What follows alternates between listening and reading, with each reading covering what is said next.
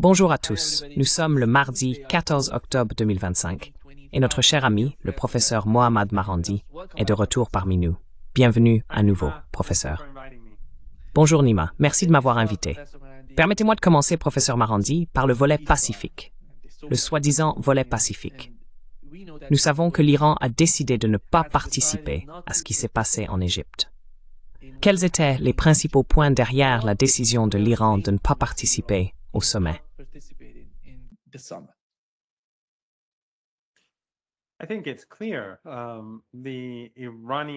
Je pense que c'est clair. Les Iraniens ont estimé qu'ils ne devaient pas du tout en faire partie, car, comme vous le suggériez, ce n'est pas vraiment un plan de paix. C'est un plan visant à forcer les Palestiniens à capituler et à se rendre. La résistance, bien sûr, a pris la bonne décision. Le Hamas, le djihad islamique palestinien et d'autres groupes se sont réunis et ont rédigé une réponse très bien construite pour empêcher Trump d'avoir le moindre prétexte pour intensifier la situation. Et je pense que la première étape du plan sera probablement mise en œuvre. Nous avons déjà vu que les Israéliens ont tué 5 autres Palestiniens il y a quelques heures.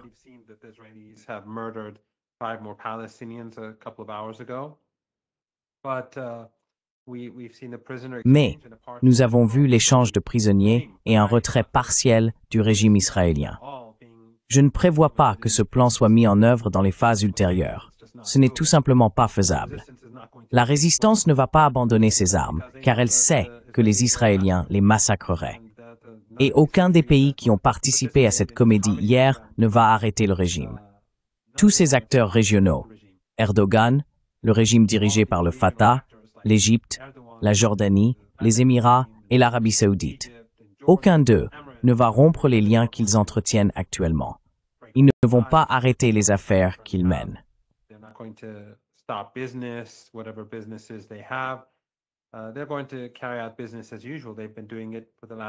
Ils vont continuer comme si de rien n'était. Ils font cela depuis quelques années déjà. Ainsi, le Hamas reconnaît qu'il a besoin de ces armes. Et l'Iran, afin d'éviter que cela ne légitime l'occupation et le régime d'apartheid, a refusé d'y assister. Et bien sûr, c'était une décision très intelligente. Nous avons vu comment Trump a essentiellement humilié dirigeant après dirigeant. C'était embarrassant à regarder. Je pense qu'il a embarrassé le peuple américain et les Palestiniens lorsqu'il s'exprimait devant la Knesset. Il a humilié les États-Unis et a essentiellement montré qu'Adelson, un milliardaire sioniste aux États-Unis, est celui qui tire les ficelles.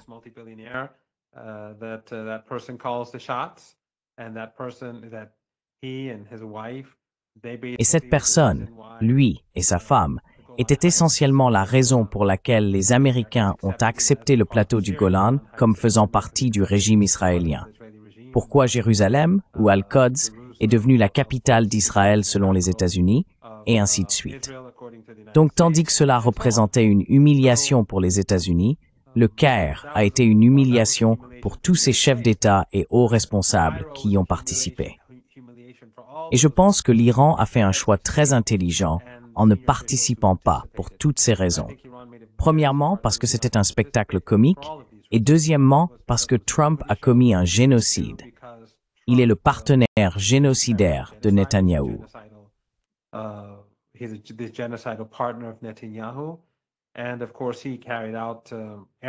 Et bien sûr, il a mené des frappes aériennes contre l'Iran en soutien à Netanyahou. Et ce n'est pas un plan de paix, c'est une tentative de soumettre le peuple palestinien. Donc je pense que chacune de ces raisons à elle seule aurait suffi pour que l'Iran ne participe pas. Et je pense que maintenant, j'ai parlé à de nombreuses personnes aujourd'hui, beaucoup de gens qui ont regardé différents extraits d'hier. Et tout le monde, sans exception, m'a dit que c'était une bonne chose que le président ou le ministre des Affaires étrangères ne soit pas allé. Certaines personnes qui, ces derniers jours, insistaient pour que le président y aille et qui ont écrit des articles dans les journaux ou sur des sites web sont aujourd'hui profondément embarrassées.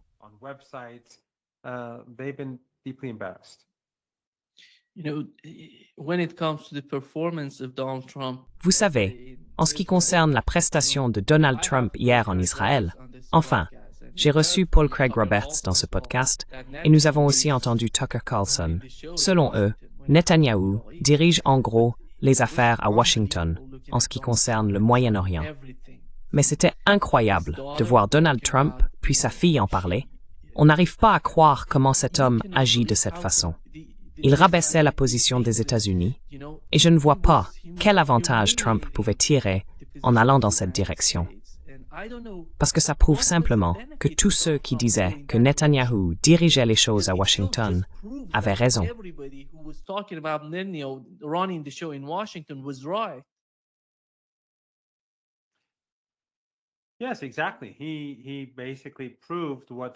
Oui, exactement.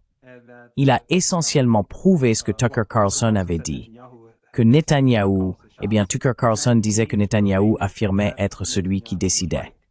Et il prouve que Netanyahou avait raison, qu'il est effectivement celui qui prend les décisions.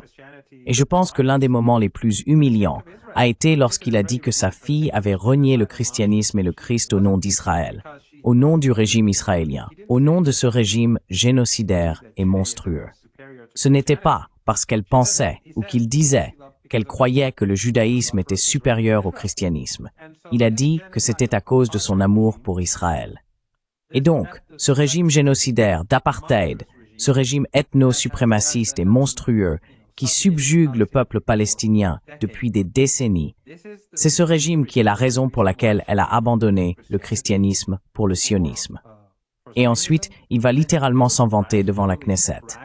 J'ai trouvé cela honteux. Je veux dire, j'ai trouvé cela au-delà du honteux.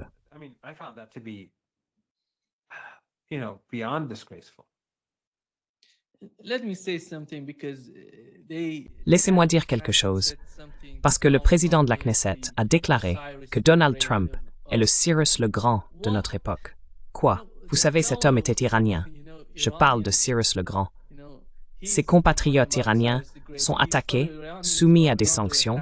Ils ont été menacés par l'administration Trump. Ils ont été attaqués par les Israéliens.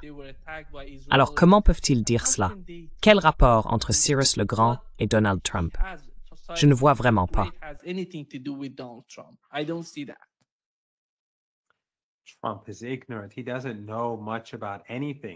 Trump est ignorant. Il ne sait pas grand-chose sur quoi que ce soit. Et c'est pour cela qu'ils exploitent son ignorance. Ils essayent simplement de le rendre heureux et de le faire se sentir plus redevable envers eux afin qu'il fasse ce qu'ils disent. Tout tourne autour de son ego. Ils savent ce qu'ils doivent faire et bien sûr, ils le contrôlent de toute façon. Nous avons vu dans son discours à la Knesset que Netanyahou et les sionistes sont aux commandes. Il n'y a aucun doute là-dessus. Je veux dire, il a même dit qu'Adelson l'appelait, voulait le voir, et qui répondait « Écoutez, je suis le président, c'est pas comme ça que ça fonctionne. » Mais il y allait quand même. Ça montre simplement qu'il n'est pas le patron. Il l'admet. Il admet que ces gens décident à sa place. Et en parallèle, il flatte son ego, le font se sentir important. Il est obsédé par lui-même, et tout ce qu'ils ont à faire, c'est de lui donner l'impression qu'il est perçu comme une grande figure historique. Et cela suffit.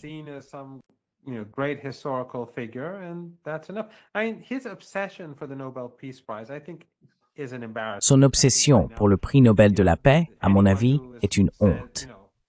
À ce stade, n'importe qui ayant dit ne serait-ce qu'un centième de ce qu'il a dit à propos du prix Nobel de la paix aurait été embarrassé. Tout le monde le sait, mais il continue de lui dire « Vous méritez le prix Nobel de la paix ». Pourquoi? Parce qu'ils savent que c'est ainsi qu'ils peuvent le rendre heureux avec eux et le pousser à les écouter et à faire ce qu'ils veulent. Certaines personnes en Iran, des gens naïfs, vous savez, certains universitaires mais très naïfs, pensent que si l'Iran faisait la même chose, cela changerait la relation irano-américaine. Mais bien sûr, c'est absurde. Trump, il flatte son ego, mais ils doivent appartenir au camp sioniste. Ils doivent être du côté du régime israélien. Cela ne fonctionne pas autrement.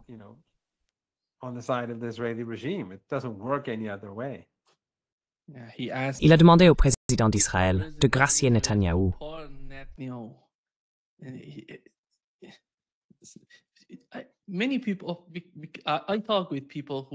Beaucoup de gens, je parle avec des gens qui, eh bien, vous savez, ils déclarent en gros, regardez, je fais partie de ce génocide. Ils disaient quel type d'armes nous avions fournies, des armes dont j'ignorais même l'existence. Ils crient, ils hurlent, en disant, regardez, s'il vous plaît, comptez-moi comme un partenaire de cet holocauste. J'ai fait partie de cet holocauste. Donc il s'en attribue la responsabilité, ce qui est extraordinaire, car cela figurera dans les livres d'histoire. Nous en discutons depuis longtemps, mais ce qui s'est passé à Gaza, et ce qui très probablement continuera de se produire à l'avenir, nous verrons, entrera dans les livres d'histoire comme un génocide, comme un holocauste.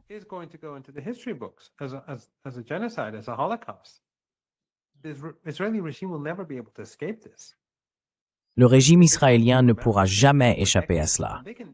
On s'en souviendra pendant des décennies. Ils ne pourront plus jamais se cacher derrière ce qu'ils appellent l'antisémitisme. Plus personne n'y croira.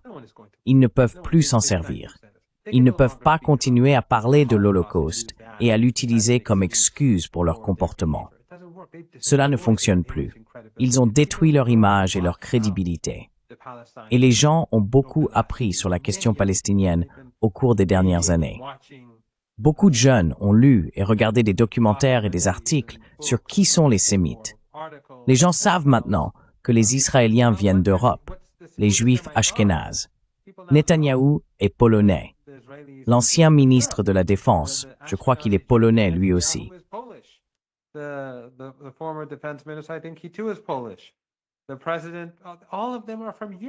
Le président, ils viennent tous d'Europe. Le chef de l'opposition vient d'Europe. Ils sont tous européens. Les Juifs non ashkénazes viennent pour la plupart de différentes régions d'Europe, d'Asie occidentale et d'Afrique du Nord. Ce ne sont pas eux, les Sémites, ce sont les Palestiniens qu'ils sont.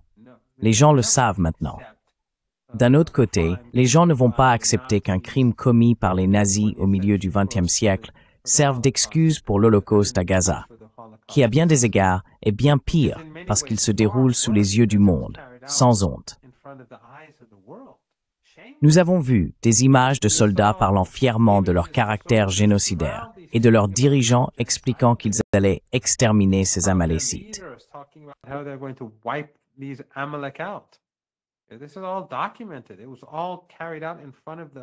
Tout cela est documenté. Cela s'est déroulé sous les yeux du monde entier, jour et nuit.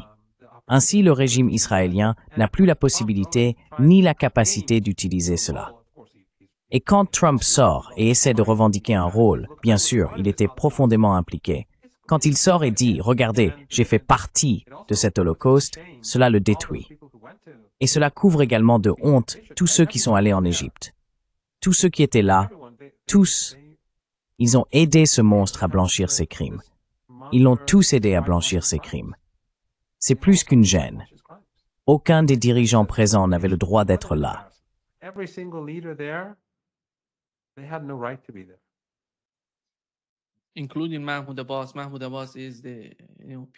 Y compris Mahmoud Abbas. Mahmoud Abbas est le chef de l'OLP et il est basé en Cisjordanie. Mais quel rapport a-t-il avec Gaza? Et qu'a-t-il fait pour Gaza et pour le peuple gazaoui jusqu'à présent? Quelle était la nécessité de sa présence là-bas? En examinant les 21 points du soi-disant plan de paix, on ne voit aucun signe que les États-Unis ou l'une des parties participant au sommet reconnaissent le droit du peuple palestinien à décider de son propre avenir. Comment peut-on appeler cela un plan de paix? Ou prétendre qu'il s'agit d'un processus vers la paix?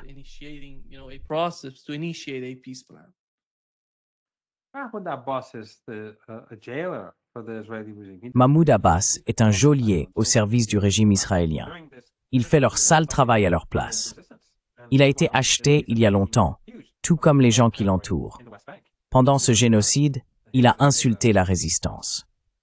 Pendant ce temps, les Israéliens ont pris d'immenses portions de territoire en Cisjordanie, et il n'a rien fait pour l'empêcher. Son peuple en Cisjordanie a été de plus en plus affaibli par le régime israélien au cours des derniers mois, et il est resté les bras croisés. Mais ce qui me dérange, c'est que ces chefs d'État, venus de pays de la région et d'ailleurs, se sont rendus en Égypte pour célébrer Trump. pour célébrer ce monstre qui a contribué au massacre de centaines de milliers de Palestiniens par la famine.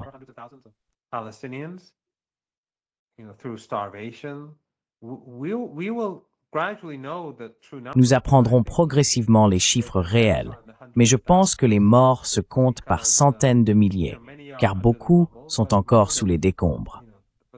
Le véritable nombre inclut aussi ceux qui sont morts de maladies, des personnes atteintes de cancer, par exemple, ou d'autres affections graves qui n'avaient plus accès aux médicaments. Ils sont tous morts. Certains blessés ont ensuite développé des infections et, sans médicaments, ils sont morts eux aussi. Je veux dire, quand nous regarderons en arrière sur les 2 dernières années, les chiffres montreront, en se basant sur ce qui se passe dans des sociétés normales, combien de personnes sont réellement mortes.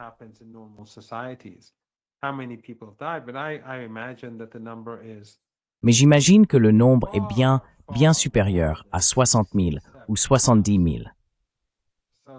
Donc ces gens qui y sont allés lui donnaient en quelque sorte un passe-droit. Ils donnaient un passe-droit à Trump après ce qu'il avait fait. Et nous savons que ce n'est pas fini. Comme je l'ai dit plus tôt, juste avant l'émission aujourd'hui, j'ai lu que 5 autres Palestiniens avaient été assassinés. Est-ce que quelqu'un va faire quelque chose à ce sujet?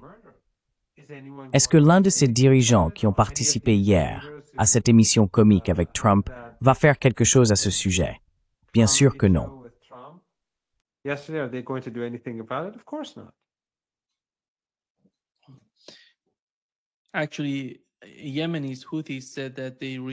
En réalité, les Yéménites, les Houthis, ont déclaré qu'ils rejetaient l'optimisme entourant le plan de paix. Ils renforcent leur armée parce qu'ils veulent être prêts si quelque chose se produit à Gaza. Penses-tu qu'ils vont, s'ils prennent les otages ou les prisonniers, recommencer à attaquer les civils et à détruire Gaza encore une fois? Je ne sais même plus ce qu'ils peuvent encore y détruire. Mais il semble que l'objectif final soit simplement de chasser les habitants de Gaza. Qu'est-ce que c'est que ça? Avec tout ce spectacle en Israël et en Égypte, que se passera-t-il si Netanyahou décide, le lendemain de la libération de tous ses prisonniers, d'attaquer Gaza à nouveau?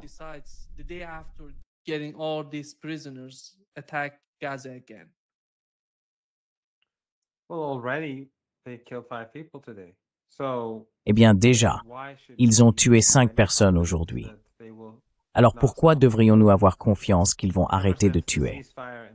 Depuis le cessez-le-feu au Liban, celui que le régime israélien a demandé, lorsqu'il a été signé avec des garants occidentaux, le régime israélien est ensuite entré au Liban et a commencé à occuper des zones qu'il n'avait pas pu prendre pendant la guerre.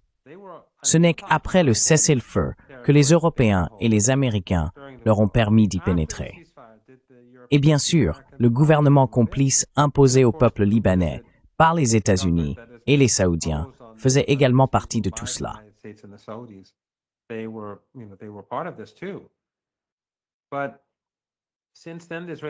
Mais depuis lors, le régime israélien assassine des civils libanais presque quotidiennement.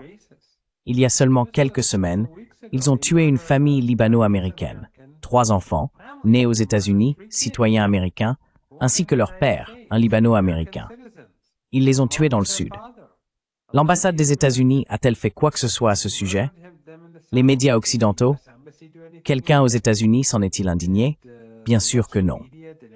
Ils tuent donc des citoyens libanais presque chaque jour. Au cours de la dernière semaine, ils ont tué plusieurs Libanais. Les garants vont-ils faire quelque chose à ce sujet? Les Européens? Non, bien sûr que non. Ils en font partie.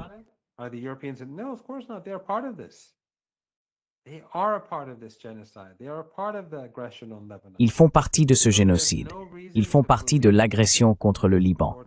Il n'y a donc aucune raison de croire ou d'avoir confiance dans le fait que le cessez-le-feu à Gaza tiendra. Et même s'il tient, d'accord, qu'est-ce que ça signifie pour Gaza? Permettront-ils aux gens de reconstruire? Les Israéliens occupent encore plus de 50% du territoire. Permettront-ils aux gens de reconstruire leur vie? Permettront-ils à la nourriture et au matériel d'entrer? Ils bombardent des machines au Liban pour empêcher les gens de reconstruire leurs maisons, parce qu'ils veulent procéder à un nettoyage ethnique du sud du Liban. C'est leur plan, c'est leur objectif. Alors, vont-ils laisser Gaza redevenir normal? Je n'ai aucun doute qu'ils ne le feront pas.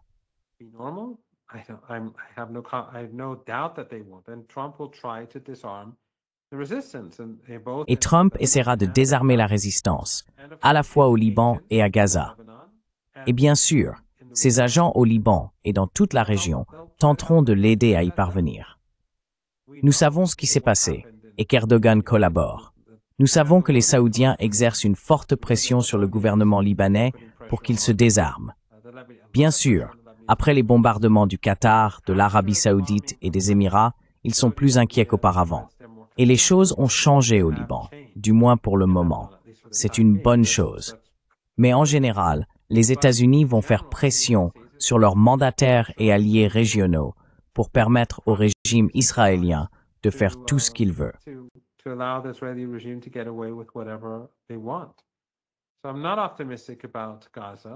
Je ne suis donc pas optimiste à propos de Gaza. Mais je pense que le Hamas a fait ce qu'il fallait. Je pense que le Hamas a été très intelligent et que ses alliés l'ont été aussi. Ils ont fait ce qu'il fallait. Et je pense qu'à long terme, si cette guerre génocidaire reprend, ce sera bien pire pour le régime israélien qu'auparavant. Parce que le monde est tout simplement, vous savez, écœuré. Et si cela recommence, cela rendra les gens encore plus indignés, car ils espéraient que c'était terminé.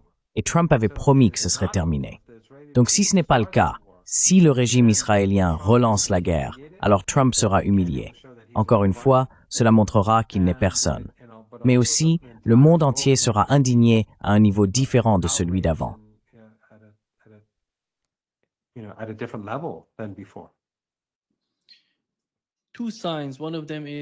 Deux signes. Le premier, c'est qu'ils ne prennent pas au sérieux l'État de Palestine. Le second, c'est qu'ils affirment que la reconstruction de Gaza ne se fera qu'après le désarmement du Hamas. Il semble qu'ils ne vont rien faire pour aider les Gazaouis.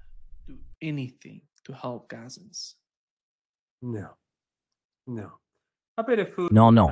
Un peu de nourriture entrera pendant un certain temps, puis nous verrons. Ensuite, il y aura une impasse. Maintenant, comment cette impasse va-t-elle se dérouler? Je ne sais pas. Le génocide pourrait reprendre dans quelques jours. Cela pourrait prendre des semaines, des mois, peut-être un an, je n'en sais rien. Cela pourrait prendre des années, je n'en ai aucune idée. Mais ils vont imposer une misère au peuple de Gaza d'une manière qu'ils n'avaient pas connue avant le 7 octobre. Il n'y a aucun doute là-dessus. Qu'ils reprennent le génocide ou non, tu sais. De temps en temps, ils tueront probablement quelques Palestiniens. L'Occident l'ignorera. Les médias occidentaux détourneront le regard pour le moment. Ils laisseront entrer un peu de nourriture. Mais penses-tu qu'ils vont leur permettre de reconstruire leurs maisons, leurs rues, leurs écoles? Je ne le crois pas.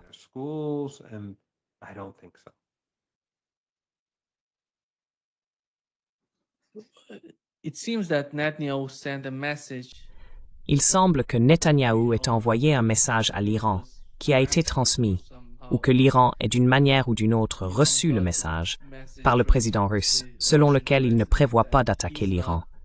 De quoi s'agit-il exactement? Penses-tu que quelqu'un en Iran se soucie de ce que dit Netanyahou?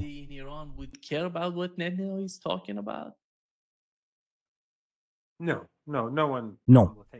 Personne ne prendra cela comme une raison de se sentir en sécurité, que le régime ne mènera pas de frappe aérienne. En réalité, cela rendrait probablement les gens encore plus convaincus que le régime israélien attaquera. Mais il y a quelque chose de positif là-dedans, et je pense que c'est une décision intelligente de la part du président Poutine. Il n'a pas seulement transmis ce message aux Iraniens, il l'a dit publiquement. Ainsi, si Netanyahou lance une attaque contre l'Iran, cela ne plaira pas aux Russes, car Netanyahou aura en fait menti au président russe. Le coût augmenterait, il serait plus coûteux pour le régime israélien de mener une nouvelle attaque éclair.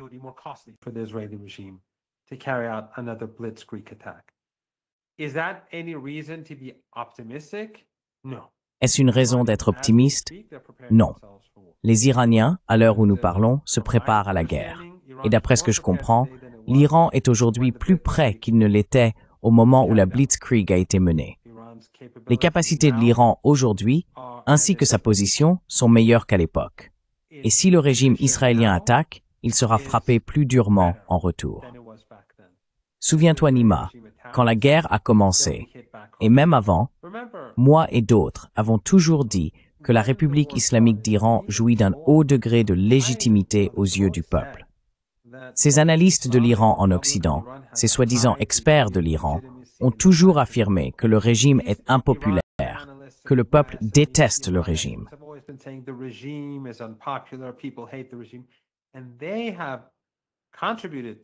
Et ils ont contribué à l'illusion ou au fantasme du régime israélien selon laquelle l'Iran était sur le point de s'effondrer. Ils ont donc aidé le régime israélien. Ils faisaient partie des raisons pour lesquelles l'attaque contre l'Iran a été menée, même si nous savions qu'une telle chose n'arriverait pas. Ces gens qualifient constamment l'Iran de régime et parlent de son impopularité. Et même ceux qui ont de bonnes intentions portent une part de responsabilité. Assimiler l'impopularité d'un gouvernement ou d'une administration en raison de la situation économique en Iran au rejet du prétendu régime ou au rejet de l'État ou de la République islamique d'Iran n'est pas la même chose.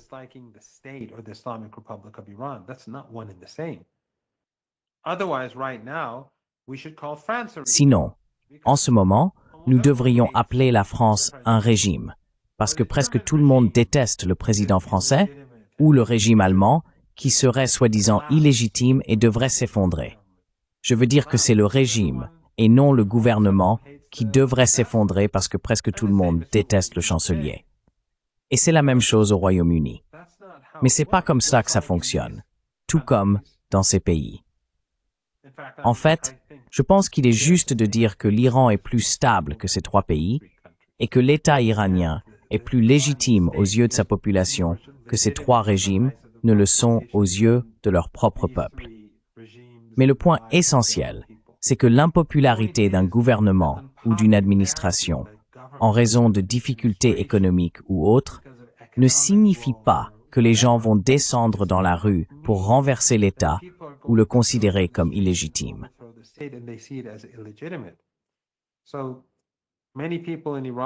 Beaucoup de gens en Iran sont mécontents du gouvernement.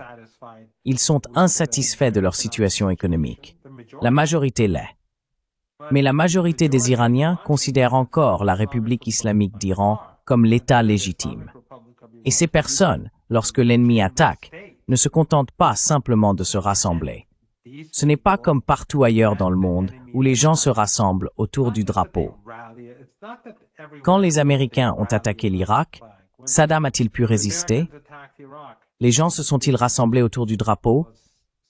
Ils ont été vaincus au Koweït, et plus tard le régime a été défait lors de l'invasion. Non, les gens ne se sont pas rassemblés autour du drapeau. Quand les Américains ont envahi l'Afghanistan après le 11 septembre, les gens se sont-ils rassemblés autour des talibans? Non, les talibans ont été facilement vaincus et ont dû fuir.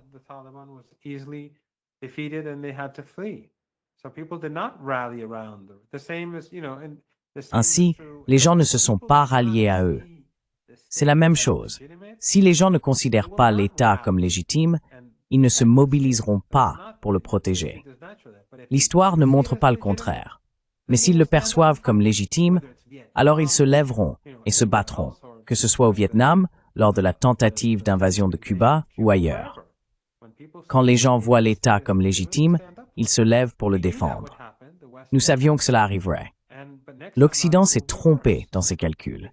Mais la prochaine fois, ce sera pire, car les Iraniens ont désormais davantage confiance en leurs capacités. La guerre de 12 jours a montré au peuple iranien que sa dissuasion fonctionne et que le régime israélien a dû reculer, tout comme Trump a dû reculer.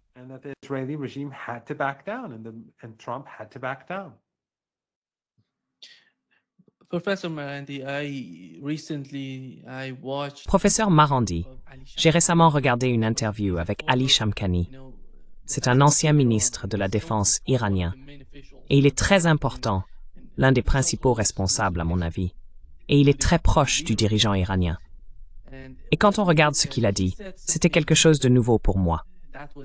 Pendant la guerre de 12 jours, l'Iran n'a pas décidé de s'engager totalement pour détruire ou vaincre Israël. L'Iran a décidé de punir Israël. C'était l'objectif. Qu'est-ce que cela signifie selon vous?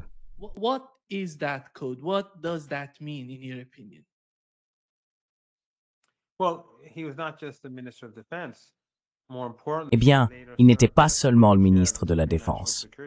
Plus important encore, il a ensuite occupé le poste de président du Conseil suprême de sécurité nationale pendant, je crois, environ une décennie, jusqu'à il y a peut-être 3 ans. Donc tu as raison, c'est une figure importante. Et il faisait partie des personnes visées par le régime israélien. Ils ont essayé de le tuer chez lui. Oui, je crois que nous en avons déjà parlé, ou peut-être que je l'ai mentionné ailleurs. Après la guerre, certaines personnes se demandaient pourquoi l'Iran n'avait pas continué. L'Iran n'a pas continué parce que son objectif était de vaincre le régime, mais pas de provoquer un bain de sang dans la région.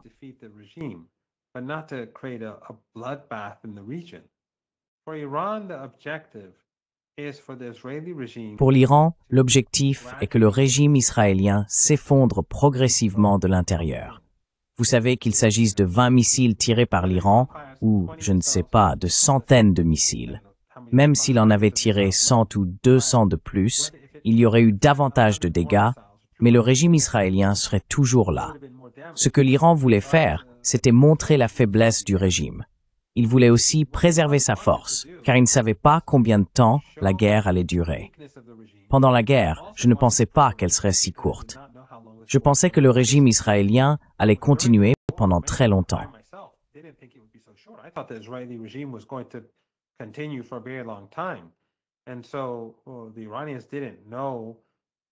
Ainsi, les Iraniens ne savaient pas jusqu'où ils devaient aller, à quel point ils devaient frapper fort, combien de missiles ils devaient utiliser, ce genre de choses.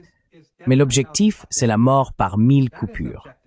C'est cela, l'objectif, affaiblir le régime israélien. En Occident, on aime dire que l'Iran et l'axe de la résistance ont été affaiblis. Mais si l'on regarde les points marqués par les deux camps, le régime israélien a perdu.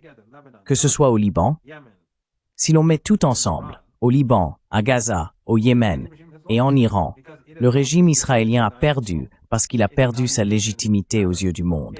Son économie est en ruine, son peuple a souffert, mais le plus important, c'est qu'il a perdu la légitimité perçue qu'il avait aux yeux du monde.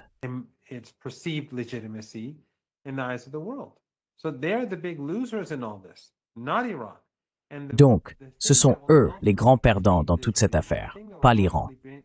Et ce qui finira par vaincre le régime israélien, ce qui finira par y mettre un terme, ce sont les actions du régime lui-même.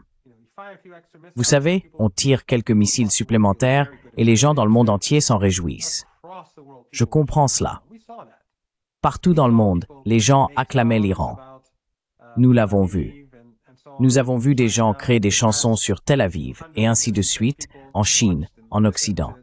Des centaines de millions de personnes ont regardé et écouté ces chansons. Oui, c'est vrai. Mais au bout du compte, ce qui fera tomber le régime, c'est son humiliation aux yeux du monde et sur de multiples champs de bataille.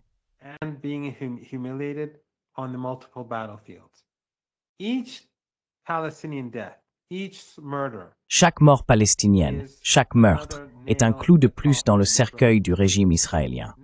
L'histoire de Netanyahou, je suis très confiant que l'histoire montrera que Netanyahou et le régime actuel à Tel Aviv sont ceux qui auront initié la destruction d'Israël. Mais ce n'est pas quelques missiles supplémentaires qui vont le détruire. S'il frappe à nouveau l'Iran ripostera plus durement. L'Iran est aujourd'hui bien plus préparé.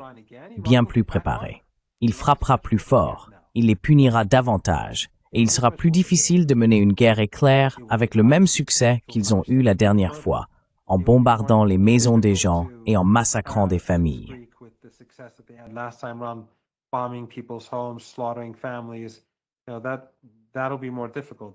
Ce sera plus difficile, ils sont plus prudents cette fois-ci.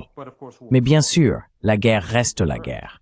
L'Iran sera blessé, c'est ce qui arrive en temps de guerre. Je veux dire, l'Iran fait face, Nima. L'Iran fait face à 50, 60 pays. Disons 50 pays. Tout l'Occident est avec le régime israélien. Ils sont avec ce monstre génocidaire. Et puis les pays de la région, ils sont avec lui. Ceux qui sont allés en Égypte, presque tous sont avec le régime israélien. Leur territoire est utilisé par les Américains pour aider le régime israélien, que ce soit Erdogan, que ce soit Aliyev, que ce soit le Qatar, que ce soit les Émirats, peu importe. Leur territoire est utilisé par le régime israélien.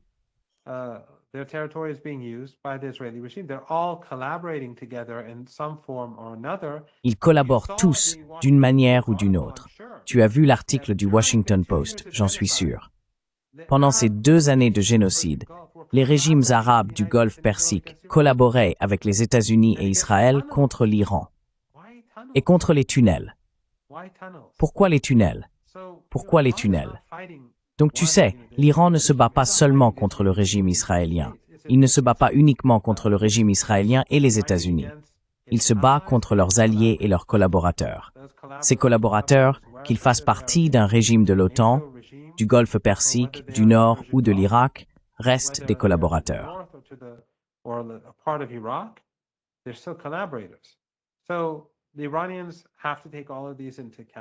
Ainsi, les Iraniens doivent tenir compte de tout cela. Mais en fin de compte, la chose la plus importante est que de grandes avancées ont été faites pour délégitimer le régime. Même si tous ces pays qui ont participé à cette farce en Égypte ont contribué à réhabiliter le régime parce qu'ils ont tenté de réhabiliter Trump. Et c'est un crime impardonnable. Un crime impardonnable. Un crime impardonnable. Mais en tout cas, l'Iran considère cela comme un gain à long terme. Et il voit que finalement, la mort du régime, la mort de l'apartheid en Palestine, viendra par 1000 coupures. Ce n'est qu'alors que les chrétiens, les musulmans et les juifs pourront vivre en égaux sur cette terre.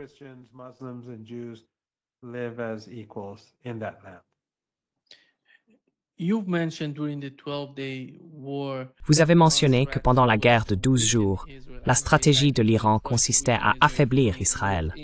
En l'attaquant, ils ont tenté de l'affaiblir de l'intérieur, ou dans l'esprit de ceux qui soutiennent Israël et le considèrent comme très fort. Mais pensez-vous que l'Iran changerait de stratégie si Israël décidait d'attaquer à nouveau l'Iran? Reconsidérerait-il leur approche? Car l'objectif principal, comme nous le savons, est que l'Iran a décidé de ne pas attaquer les États arabes de la région. L'Iran a choisi cette orientation et a également décidé de limiter le nombre de missiles envoyés vers Israël pour des raisons stratégiques. Mais qu'en est-il de cela? Vont-ils changer? Ou l'Iran est-il déjà en train de modifier sa stratégie si Israël attaque de nouveau?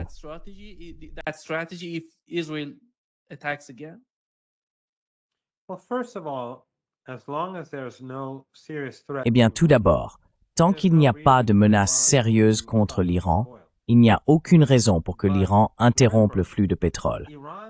Mais souvenez-vous, les capacités militaires de l'Iran ne sont pas centrées sur le régime israélien.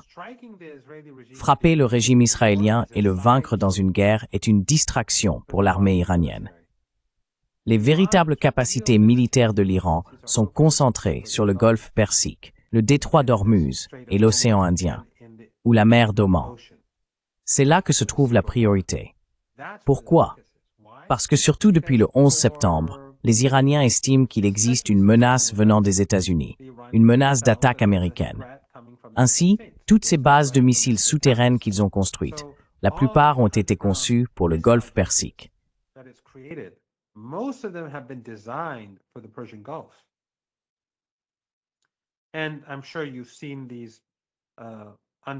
Et je suis sûr que vous avez vu ces bases souterraines pour drones sous-marins et toutes sortes de drones conçus pour le Golfe Persique.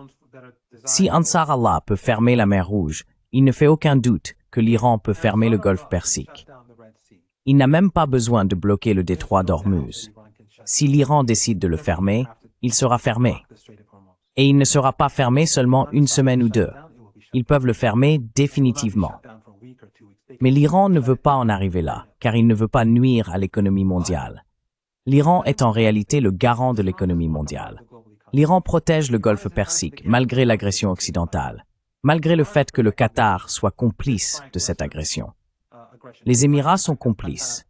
Bahreïn est complice. Ces régimes despotiques, ils sont complices.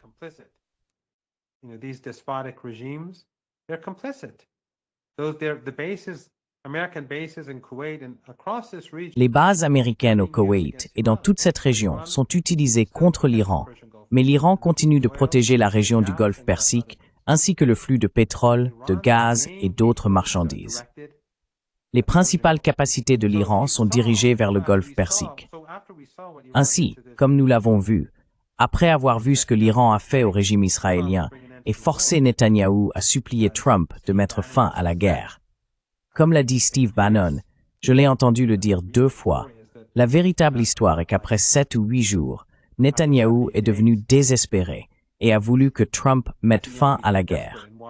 Trump a continué d'envoyer des messages à l'Iran et l'Iran les a continuellement rejetés. Il a fait quelques concessions et finalement, après 12 jours, l'Iran a accepté un arrêt ou une cessation des hostilités. Ainsi, si l'Iran peut vaincre le régime israélien avec ses missiles à longue portée, imaginez ce que l'Iran peut faire dans le Golfe Persique. Il peut faire bien plus, bien plus.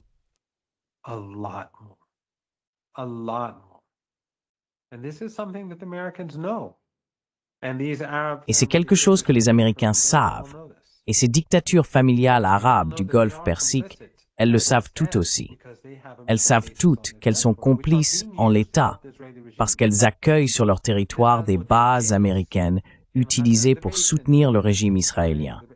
La base d'Al-Udeid au Qatar, la base à Bahreïn, toutes servent à protéger le régime israélien. C'est l'objectif. Je pense donc qu'il est évident que les Iraniens ne veulent pas que l'économie mondiale s'effondre. Mais le régime israélien est déterminé à pousser le monde vers la crise. La raison, c'est que le régime israélien est irrationnel. Il ne se soucie de rien. Netanyahou et ses alliés ne se préoccupent que d'eux-mêmes. Il y a donc une menace, une véritable menace, que s'ils attaquent à nouveau l'Iran, Trump, sous la pression du régime, tente de s'impliquer.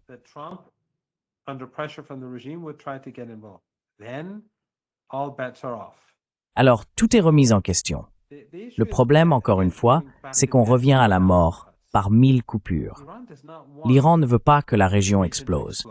Parce qu'imaginez, si le Golfe Persique est fermé, non seulement l'économie mondiale s'effondrera, je veux dire, même les États-Unis, leur économie s'effondrera, même s'ils sont autosuffisants en pétrole, mais les prix s'envoleront, les entreprises s'arrêteront.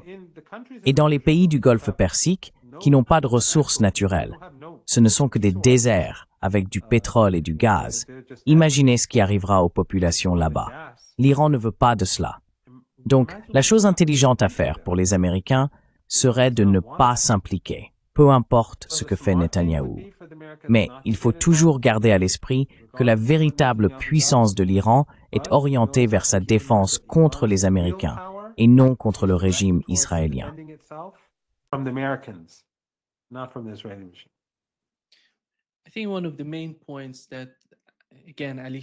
Je pense que l'un des principaux points qu'Ali Shamkhani évoquait concernait le fait que la puissance militaire de l'Iran est indépendante de tout autre.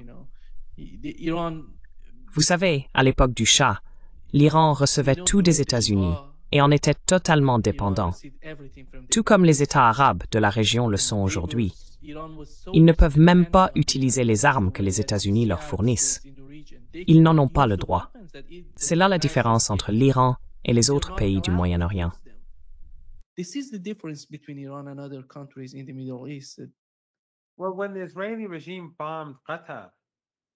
Eh bien, lorsque le régime israélien a bombardé le Qatar, ces missiles ont survolé directement l'Arabie saoudite. Les Saoudiens ont dépensé des milliers de milliards de dollars au fil des décennies pour acheter des armes américaines. À quoi servaient-elles alors? Ils ne savent pas s'en servir.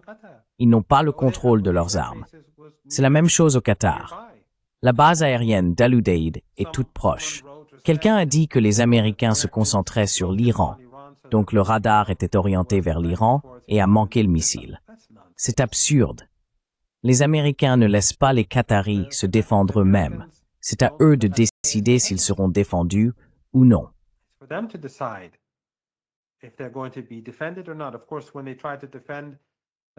Bien sûr, lorsqu'ils ont essayé de se défendre, les Américains et le régime qatari, contre les missiles iraniens, ils ont échoué.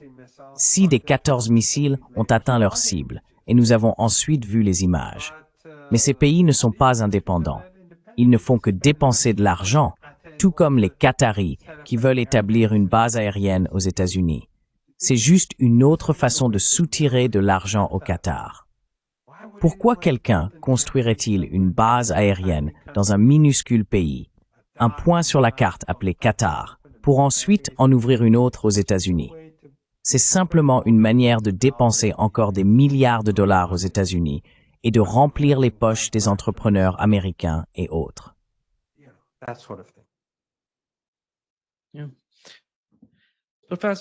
Oui, professeur Marandi, nous avons appris grâce à un tweet que vous avez retweeté de tankertrackers.com.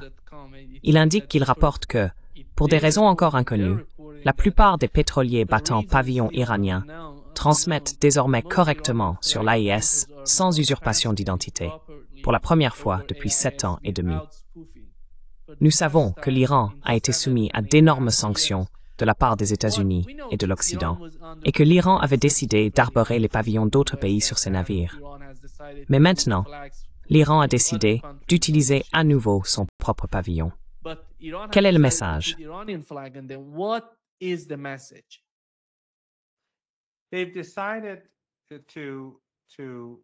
Ils ont décidé d'être transparents au sujet de leurs expéditions, de révéler où vont leurs navires. En gros, ils envoient un message clair aux Américains. Mieux vaut ne pas toucher à nos navires. Ils disent, regardez, ce sont nos navires. Voici où ils se trouvent. Chacun d'entre eux est visible sur la carte. Les navires qui transportent du pétrole iranien. Ne les touchez pas. Si vous les touchez, nous vous punirons. C'est un message clair. Ils ne l'avaient pas fait depuis 7 ans et demi, comme vous l'avez dit. Et maintenant, tout à coup, les Iraniens ont changé de stratégie. Et tous leurs navires transmettent ouvertement leur position.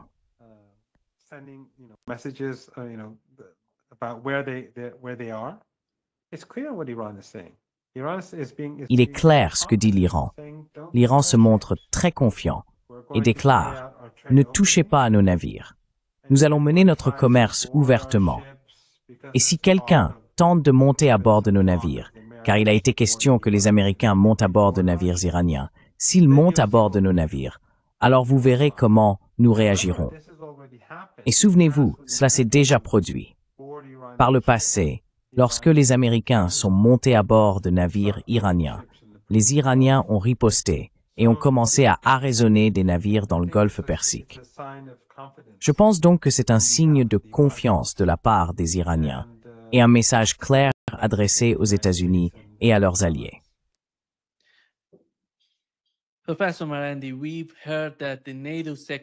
Professeur Marandi, nous avons entendu le secrétaire général de l'OTAN dire que, lorsqu'il observe la relation entre la Russie et la Chine, il considère la Russie comme le partenaire subalterne et la Chine comme le maître ou le partenaire principal. Comprennent-ils vraiment la réalité de cette relation?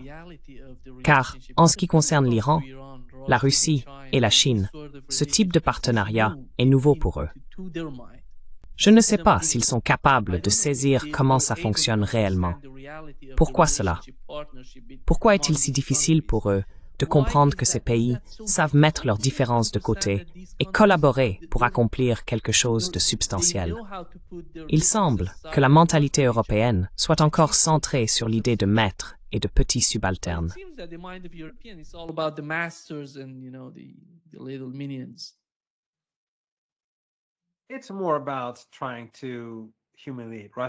Il s'agit surtout d'essayer d'humilier la Russie et d'insulter le peuple russe. En réalité, la Chine a autant besoin de la Russie que la Russie a besoin de la Chine. Et pour nous tous, pour tous les peuples du Sud global, l'OTAN ne doit gagner nulle part. L'OTAN ne doit pas gagner dans la guerre commerciale. Elle ne doit pas gagner sur le champ de bataille en Ukraine et elle ne doit pas gagner dans son génocide à Gaza. Car il s'agit bien sûr d'un génocide de l'OTAN. C'est un holocauste de l'OTAN. Le régime israélien fait partie de cet appareil de l'OTAN. Et je pense que vous savez, le simple fait qu'Erdogan fasse encore partie de l'OTAN est une insulte au peuple turc, pour ces raisons.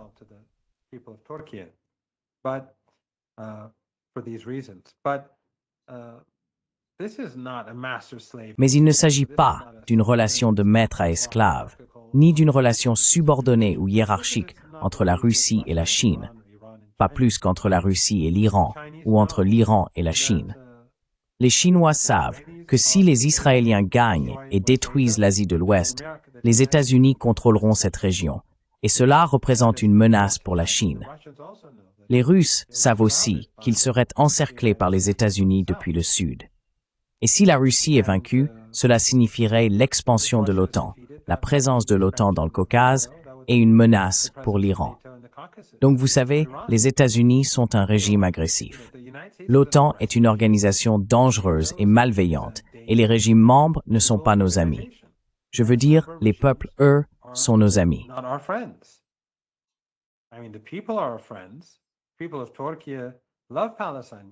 Le peuple turc aime la Palestine, mais le régime n'est pas un ami de la Palestine. Ce n'est pas un ami de la majorité mondiale, il fait partie de l'OTAN. Nous avons vu Trump dire clairement qu'Erdogan avait toujours été là pour lui. J'ai tweeté cela aujourd'hui aussi, il a toujours été là pour lui. Je pense que c'est une énorme honte d'avoir cet honneur douteux. Donc non, ce n'est pas le cas. La Chine sait que si la Russie perd, alors Trump gagne. Une Russie forte est bénéfique pour la Chine. Une Chine forte est bénéfique pour la Russie. Un Iran fort est bénéfique à la fois pour la Chine et pour la Russie. C'est évident. Et il en va de même pour tout le Sud global. L'Inde le reconnaît. Le Brésil le reconnaît. Parce que tout le monde voit comment l'Occident se comporte. Ils ne les accepteront pas comme des égaux.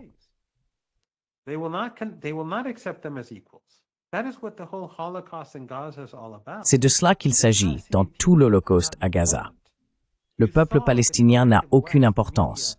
Vous avez vu l'Occident collectif, les médias, parler de 20 otages israéliens pendant 48 heures, 72 heures.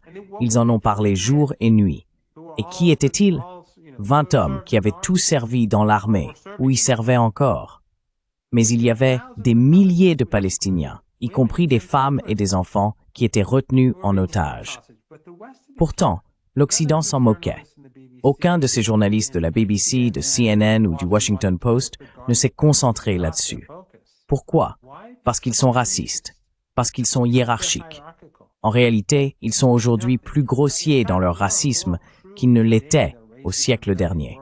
Ils sont revenus à l'époque d'avant le fardeau de l'homme blanc.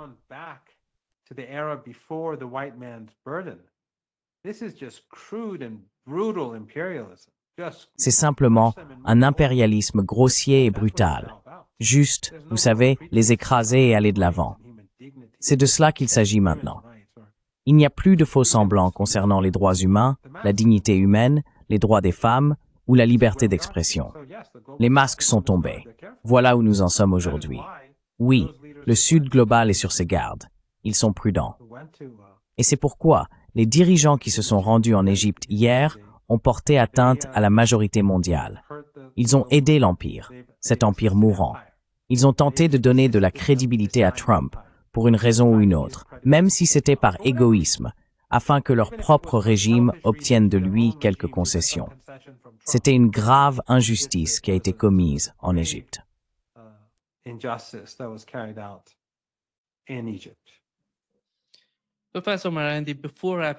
Professeur Marandi, avant de conclure cette session, comment voyez-vous le Hezbollah? Cela fait 1 an depuis l'assassinat de Syed Hassan Nasrallah. Comment évaluez-vous la position du Hezbollah sur les plans militaires et politiques aujourd'hui?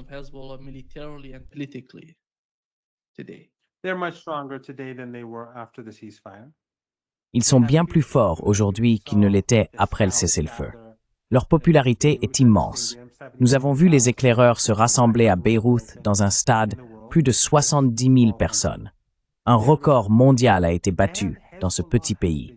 Ils sont résilients et le Hezbollah l'a été aussi. La vérité a éclaté. Ces régimes, comme le Qatar, le régime d'Erdogan et les autres régimes riches en pétrole de la région, qui pendant des années utilisaient le sectarisme pour nuire au Hezbollah, tout en soutenant l'État islamique et Al-Qaïda à la demande des Israéliens et des États-Unis, ont tous été démasqués maintenant. Nous avons même vu Jolani aux États-Unis avec Petraeus, et comment Petraeus, l'un des hommes les plus malfaisants qui soit, lui disait « Je suis l'un de vos plus grands admirateurs. Dormez-vous bien la nuit. »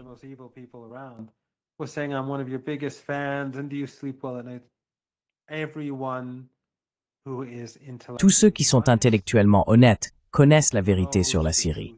Quiconque est intellectuellement honnête sait que Sayed Hassan Nasrallah n'avait pas raison à 95%. Il avait entièrement raison sur ce qui se passait en Syrie. Ceux qui ont détruit la Syrie ont aidé le régime israélien, ils ont aidé les Américains, ils ont aidé l'OTAN contre le peuple palestinien. Ceux qui sont intellectuellement honnêtes, qui ont ouvert les yeux, espérons qu'ils se rattraperont. Ceux qui veulent garder les yeux fermés, qu'ils les gardent fermés. Nous n'avons pas besoin d'eux. Mais le Hezbollah aujourd'hui, le monde sait qui ils sont. Ils se sont sacrifiés, ils ont fait d'immenses sacrifices pour un autre peuple, pas même pour leur propre peuple, pour un autre peuple, afin d'aider le peuple de Gaza. La résistance à Gaza, le Hamas et le djihad islamique se défendaient eux-mêmes et défendaient leur peuple.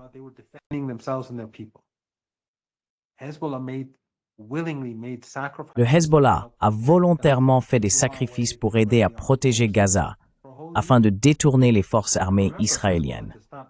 Et souvenez-vous, le Hezbollah ne possède pas le Liban, contrairement à Gaza, où la résistance contrôle le territoire. Le Hezbollah opère dans un pays où les Américains ont des partis politiques ennemis de la résistance, des agents de l'Empire comme Samir Jaja, les forces libanaises et d'autres. Ces monstres génocidaires qui ont perpétré les massacres de Sabra et Shatila, entre autres. Le Liban n'est donc pas contrôlé par le Hezbollah. Ils sont constamment poignardés dans le dos.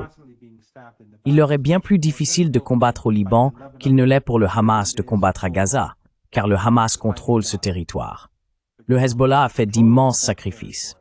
C'est une étoile brillante de l'humanité.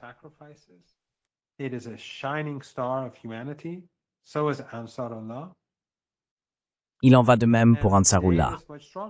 Et aujourd'hui, il est bien plus fort, car il a appris quelles sont les capacités du régime israélien et quelles en sont les faiblesses. Le régime israélien est aujourd'hui bien plus affaibli qu'il ne l'était en octobre 2023. Il est beaucoup plus faible, et le Hezbollah se regroupe. Espérons que le régime israélien ne commettra pas l'erreur stupide d'attaquer le Liban, mais le monde ne le tolérera plus. Le monde en a assez du régime israélien. Nous avons vu les immenses manifestations en Italie, en Espagne. Le monde s'est soulevé. C'est l'une des raisons pour lesquelles Trump a présenté ce soi-disant plan de paix. Sinon, pourquoi aurait-il proposé ce faux plan de paix? Pourquoi n'a-t-il pas simplement laissé Netanyahou terminer le travail? Parce que la situation se dégradait gravement sur le terrain et dans le monde entier.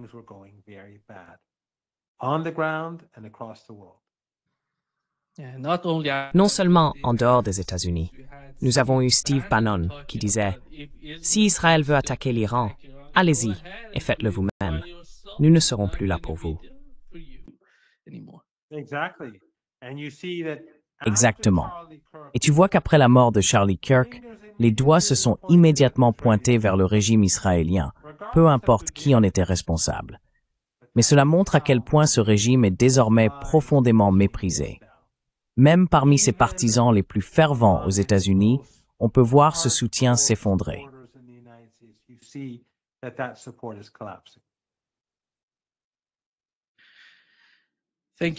Merci beaucoup, professeur Marandi, d'être avec nous aujourd'hui. C'est toujours un grand plaisir. C'est un honneur, Nima. Merci.